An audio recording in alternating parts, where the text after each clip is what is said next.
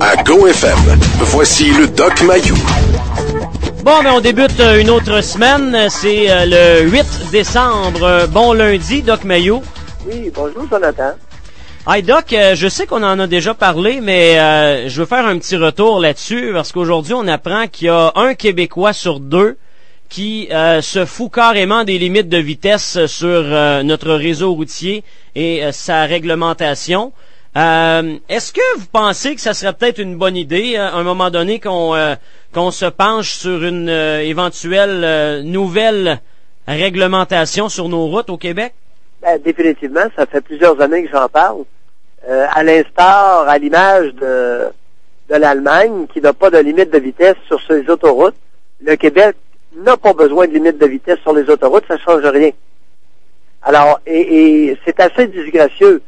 Jadis, naguère, il y a 50 ans au Québec, on roulait à 60 000 à l'heure, c'est-à-dire 100 km sur toutes les routes secondaires. On a construit des autoroutes et on a laissé la même limite de vitesse. Alors, trouvez l'erreur. Trouvez-moi l'imbécile qui a décidé que sur les autoroutes, on roulait à 100 km à l'heure. Trouvez-moi ça. Et en plus, la limite de vitesse minimale sur une autoroute est de 60 km à l'heure. Êtes-vous tombé sur la tête? Quelqu'un qui ne peut pas rouler à 100 km sur une autoroute ne doit pas être sur l'autoroute. Ouais, là-dessus, je suis entièrement d'accord. Mais là, faites-moi un petit cours d'histoire, Doc. Si je vous ramène dans votre passé, vous nous posez la question, trouvez-moi cet imbécile-là. Est-ce que vous avez des noms ou même pas? Non, j'ai aucune idée. OK. Trouvez-moi l'idiot qui a décidé que la limite de vitesse sur les autoroutes était de 100 km maximum et de 60 minimum. Qui c'est l'imbécile qui est allé décider ça? Il y a sûrement un idiot à quelque part qui a décidé ça. On améliore les routes, on améliore les véhicules et on garde la limite de vitesse au même niveau. Allô? Et là, Doc, il y a des bonnes chances que ce soit un politicien qui a décidé ça. Alors, ce n'est pas, la limite de vitesse sur les autoroutes n'est pas respectée parce qu'elle n'est pas respectable. Tout simplement. Et les citoyens vont rouler à 120-130. Alors, fuck you, buddy, avec ta limite de vitesse. C'est ça que ça veut dire. Ouais, et il y a même des gens, Doc, qui vont dire, je m'en fous de pogner un ticket, vous me le donnerez, moi c'est pas vrai que je vais rouler ça. Non, c'est là où on est rendu. Alors, avec un cadre trop restrictif, t'invites carrément à la désobéissance civile. Et tu ne peux pas faire respecter une restriction idiote. Alors, c'est typique de notre société matriarcale. Tu fixes des règles idiotes, puis ensuite tu te fends derrière pour les faire respecter. Non, ça marchera pas. Oublie ça. Ça ne fonctionnera pas. Et là, vous allez plus loin, est-ce que vous nous dites... Et là, je suis dans le trafic actuellement, je te parle, là. Oui, allez-y, vous êtes illégal. Je roule 112 et je me fais dépasser. Donc, je suis à 112 dans la ligne de droite, et ça dépasse à 120 au moins dans la ligne de gauche. Et vous êtes au cellulaire, Doc? Et je suis sur le cellulaire. Et ma conduite est pas dangereuse, je peux te l'assurer. Je suis sur une autoroute. Ouais. Je suis pas dans le centre-ville de Montréal, en train de te parler avec une cigarette dans la main, puis en train de tourner sur un feu clignotant. Comme j'ai vu une gonzesse le faire l'année passée, il y a 2 ans. J'avais trouvé ça très spécial. En plein centre-ville, coin pile Sainte-Catherine, il y a une femme qui a une cigarette dans la main, qui a le cellulaire dans l'autre et qui est en train de tourner au centre-ville de Montréal. Ça, c'est un manque de jugement personnel, comprends-tu? Il n'y a pas de règles. Ce qui arrive, c'est qu'on essaie souvent, Jonathan, de réguler des comportements de groupe à partir de l'imbécilité, pensant viser l'imbécilité de quelques-uns. Ben non, ça marche pas, ça. T'infantilises tout le monde. Quand t'attrapes un idiot, fais-y sa fête, puis les autres, laisse-les tranquille. Ouais, je suis entièrement d'accord, Doc, mais quand vous parlez de que c'est une question de jugement, avec le beau portrait qu'on fait de notre tribu, et vous le premier, c'est pas nécessairement l'affaire de tout le monde d'avoir un peu de jugeote, et là on leur demande de bien réagir dans des moments. Il y en a pour qui ont besoin de se faire dire « Ah ben c'est de même, ça marche ». Oui, mais Jonathan, c'est ça mon point. Tu ne pourras jamais améliorer le fonctionnement collectif en faisant des règles générales pour les imbéciles et les sans jugement. Ça marche pas.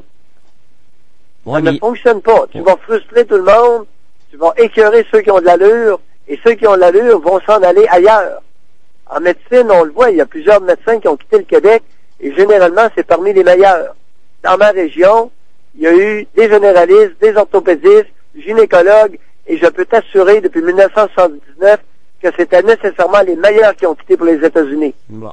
Dans le petit groupe que je connais. Ouais. Et, oh oui, j'ai oublié mon chum psychiatre. OK. C'était dans les coques. C'était dans les meilleurs médecins spécialistes. Ouais. Et 2 généralistes que j'ai bien connus sont au Texas. Ils sont allés organiser les soins d'urgence dans la ville de, je pense que c'était Houston. OK. Au Texas. Oui, au Texas. OK, parfait. Mais là, tantôt vous avez fait un parallèle avec le sujet qu'on a aujourd'hui, là, la vitesse et la conduite et tout ça, la réglementation. Un cadre restrictif, trop restrictif, ça mène directement à la désobéissance. Et ça s'applique dans peu importe le champ d'intérêt, là. Oui, définitivement. Alors, lorsque tu fixes des règles pour la collectivité, assure-toi que la collectivité est d'accord avec tes règles, parce qu'elle ne les suivra pas. Et de plus en plus, ça va être comme ça. Alors, j'écoutais hier, là, pour la conduite en état d'ébriété, ça serait correct. Lorsqu'ils vont en pincer un, ils vont lui faire sa fête solide, j'ai monté à te le dire. Alors, il va avoir la possibilité en haut de 2 fois la limite permise, c'est-à-dire à 160 mg ou 0.16, ils vont possiblement saisir l'auto sur le lieu. Okay. J'ai entendu ça là annoncé, c'est les nouvelles règles. Je ne sais pas si c'est des règles qui vont être discutées ou appliquées, mais effectivement, pour la conduite en état d'ébriété, là, ça va être sévère. Ben là-dessus, on est rendu là, Doc. Convenez qu'il y en a qui n'ont pas compris et sont dangereux pour nous autres. Oui. Ouais. Et là, lorsqu'on entend, par exemple, des individus qui passent devant les tribunaux, ça fait la 7e fois qu'ils sont arrêtés en état d'ébriété puis qu'ils conduisent encore. Il y a quelque chose qui tourne pas rond dans le système, là. Ben oui, puis en plus, ils ont même plus de permis de conduire. Exact. Ouais. Alors, Doc, il y a des individus qui doivent être arrêtés dans leur agir. ben oui, c'est des dangers publics, Doc. Oui, et non pas leur dire, ben, tu tapes ses doigts, puis non, ça marche pas, là. non, Et tout ça pour te dire qu'une société libre et évolutive respecte les individus qui ont de l'allure et prend soin de ses sans-dessins. Et non pas classer tout le monde dans le même panier. Exemple, il y a de plus en plus de motos sur les routes du Québec et on oblige le port de la ceinture de sécurité. J'en porte pas de ceinture de sécurité, j'en porterai jamais. Et c'est vrai que je suis handicapé, j'ai une fesse plus petite que l'autre, mais même si j'avais les 2 fesses de la même grosseur, j'ai bien l'impression que j'en porterais pas plus. Ça remonte à quand, votre dernière arrestation, Doc? Oh, pour la ceinture, ça fait quelques années. Puis j'ai dit au policier, écoute, j'ai une fesse plus petite que l'autre, il faut que je bouge. Moi, je peux pas être immobile au volant. Parce que suite à mon amputation, suite au fait que j'ai perdu une jambe, le muscle de la fesse gauche s'est atrophié, a rapetissé. Okay. Ça fait un peu asymétrique, il faut que je bouge assez souvent. Okay. Si je m'immobilise avec une ceinture qui serre, ben, à ce moment-là, ça engourdit, tu sais. Ouais, mais il y a peut-être aussi la réalité que le flic qui vous arrête a la chienne du Doc Mayou aussi. Non. Oh, non. Non? Le respect, oui. Ça m'est arrivé quelquefois sur des arrêts mal faits qu'on m'a laissé poursuivre ma route sans contravention. Ouais. Mais c'était beaucoup plus par admiration que par crainte. Et Doc, dites-moi, j'ai une question. Est-ce que vous avez déjà été arrêté par une femme flic? Pas encore. Pas encore. C'est bon ça, j'aime la réponse. Non, je dirais pas un mot non plus, mais disons que je trouve ça profondément désolant. Oh!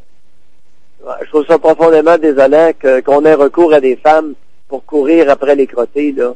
Ça fait pas sérieux. Tu ne peux pas entourer des crottés, des criminels, des bandits avec des femmes, c'est impossible. Oubliez ça, là. Ça défie l'entendement humain. Ça défie le gros bon sens. Ça défie les connaissances que nous avons de l'humain. Ça défie la nature humaine. Il y a des limites à défier la nature humaine.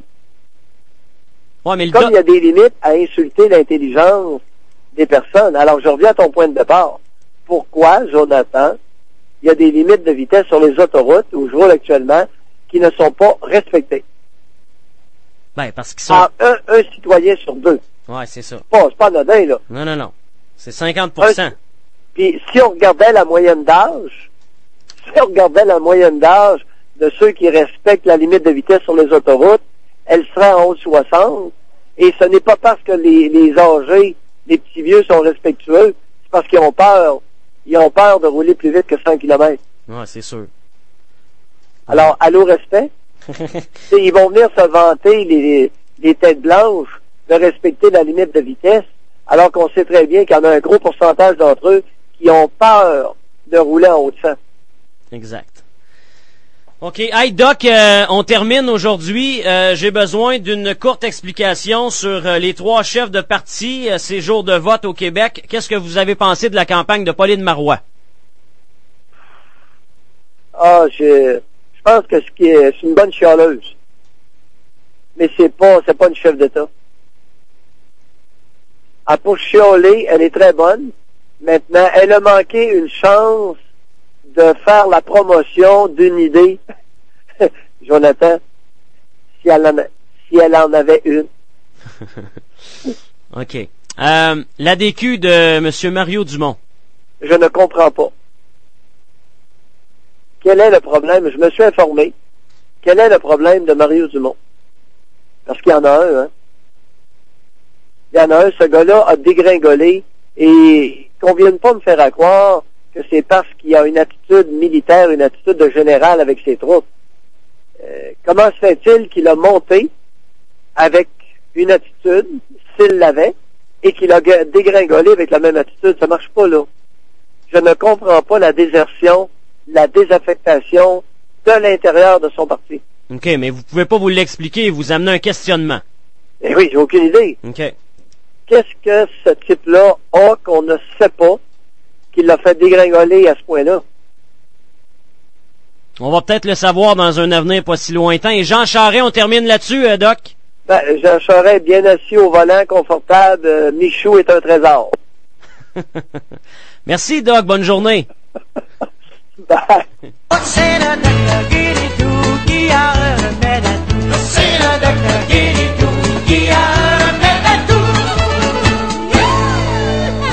Le Doc Mayou. Du lundi au vendredi à 8h05 et 17h45. À GoFM. Latitude Rock.